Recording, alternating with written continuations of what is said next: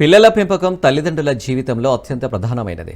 ఎన్నో సవాళ్లతో కూడుకున్నది. అయితే నవతరం తల్లిదండ్రులు పేరెంటింగ్ విషయంలో రేటింగ్ తెచ్చుకుంటున్నారు. ఉరుకులు పరుగుల జీవితంలో పడి పిల్లల కోసం సమయాన్ని కేటాయించలేకపోతున్నారు. ఫలితంగా పిల్లల పెంపకంపై పట్టు కోల్పోతున్నారు.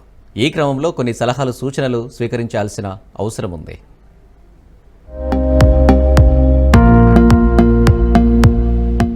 దేవుడా, కూతుర్నివ్వమంటే క్వశ్చన్ బ్యాంక్ నిచ్చావా తండ్రి?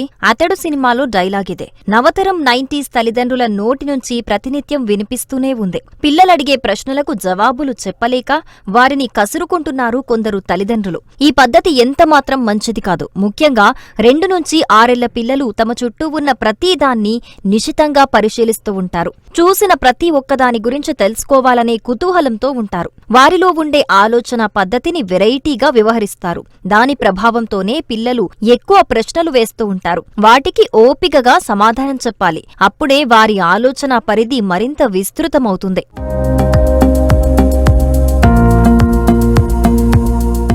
కంప్యూటర్లో వీడియో గేమ్స్ ఆడుతూ పెరిగిన 90s కిడ్స్ తమ పిల్లలను అదే బాటలో నడిపిస్తున్నారు. ట్యాబ్ కొనివ్వటం, యూట్యూబ్ ఆన్ చేసి ఇవ్వటం, పాటలు పాఠాలు అన్నీ అందులోనే వచ్చేస్తున్నాయి. పిల్లల్ని గ్యాడ్జెట్లకు అలవాటు చేయటంతో వారి ఆరోగ్యంపై దుష్ప్రభావం చూపుతోంది. డిజిటల్ పరికరాలను ఎక్కువగా వాడటం వల్ల పిల్లల శారీరక, భావోద్వేగ, సామాజిక అభివృద్ధికి హాని కలుగుతుంది. అందుకే యూట్యూబ్ పాఠాలకు బదులుగా పుస్తకాలు చదివేలా చూడండి. దీనివల్ల వారిలో భాషా నైపుణ్యాలు పెరుగుతాయి.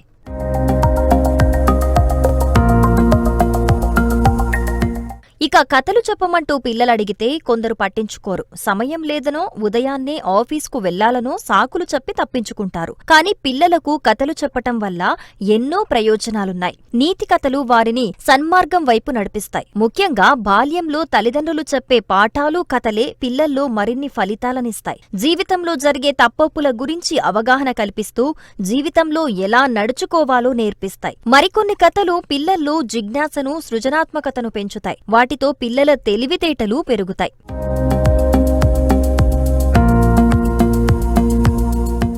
పిల్లలు వారి తల్లిదండ్రులను చూస్తూ పెరుగుతారు. వారినే అనుసరిస్తారు. వారు ఎలా ఉంటే పిల్లలు అలాగే ఉంటారు. అందుకే పిల్లల ముందు ఎక్కువగా ఫోన్ వాడటం మానేయాలి. అప్పుడు వారు కూడా ఫోన్ వాడకాన్ని తగ్గిస్తారు. అలాగే ఇంట్లో పెద్దల పట్ల తల్లిదండ్రులు గౌరవంతో వ్యవహరిస్తే పిల్లలు కూడా ఇతరులతో గౌరవంగా ప్రవర్తిస్తారు.